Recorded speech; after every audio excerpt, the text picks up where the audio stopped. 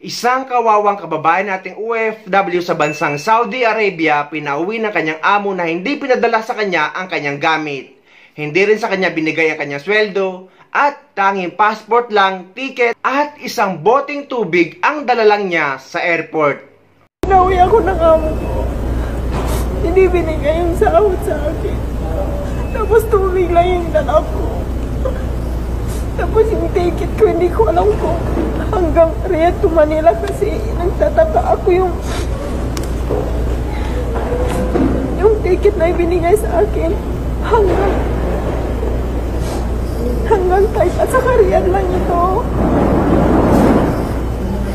Hanggang Taif at saka Riyadh lang. Ma'am Saada, tulungan mo ako. Pupunta ako ng Riyadh, Nor Arctic po. Yung Nor Arctic po na agency ko. Tapos yung si Ma'am Saada siya yung...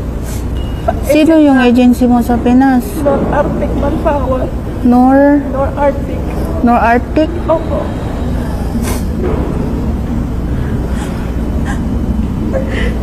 Ako yung nag-live na ma-rescue. Pangalan mo? Kaya Ibus Lahmunin po. Taga saan? Taga Ampatuan po. Taga Marcos Kawat Ampatuan po. Pinauwi ako ng amo ko na ito lang yung dala ko. Ito lang.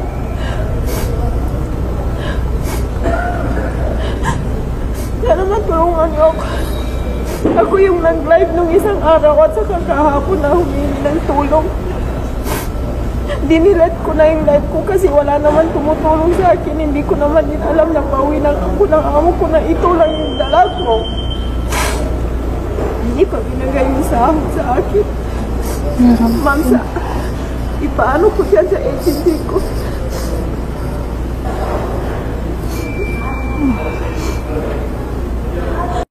Tabahan niya kung kanya ako sa airport sa Taipa, pinuli ako na mo kurakuta ako. Kanya ba ni Betty sa akin, narin ko pa boarding pass ko niya. Naman sa Taip kung Riyadh.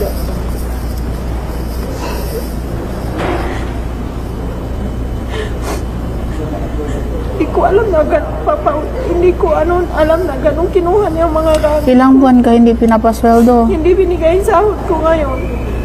Sabi na ipinapamili ng ticket mo. Pero bakit sana yung ticket ko? Bakit ito lang yung bigay sa akin? Ma'am Saada tayo. Tama niya kung kakatama mo sa Riyadh. Pinamasa na mo pa na ticket na. Dapat na po ito ako. Kamasa ni papete mo sa akin. Niya ako sa Taif Airport. I-address mo yan, te, sa Ma'am Saada Tahir. Sige. Tapos yung agency ko na Nor Arctic Manpower. Sige po. I-ano ko na lang po. Sige po, salamat po. Sana matulungan niyo. Wala po akong pera. Sige po. Sige po, salamat po.